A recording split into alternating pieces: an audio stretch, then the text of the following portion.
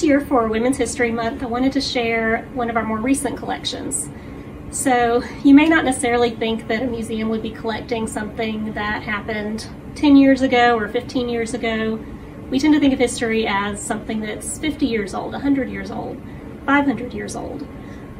But here at the museum, we do try to collect things that have happened more recently, because eventually it will be 50 years from 2021. In 2004, some of you may know that a High Point native, Fantasia Barrino, won American Idol. Now, if you weren't paying too much attention to pop culture in 2004, if you weren't old enough for that, you might not understand how huge American Idol was at the time. I was not one to really watch it much, but you couldn't avoid knowing who the contestants were and who won. So this was a really big deal for High Point.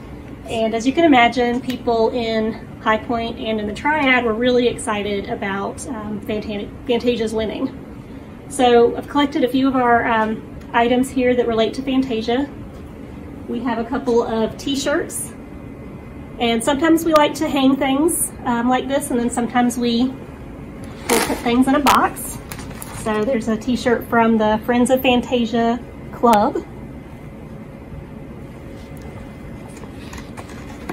Then we also have some things. There's a Best of American Idol seasons 1 through 4, which has some clips from Fantasia, as well as the DVD that was put together for Emmy consideration that year.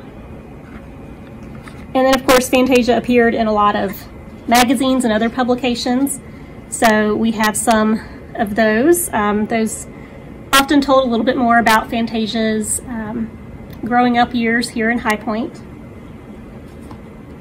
And then, of course, after American Idol, Fantasia's gone on to have a very successful career, including playing in The Color Purple on Broadway. Now, Fantasia began singing at a very young age. Her family and her community recognized that she had a great talent. And one of the things that she did was sing in the choir of her church, Mercy Outreach. So this is the choir robe that Fantasia wore. Thank you for joining us in Collection Storage today.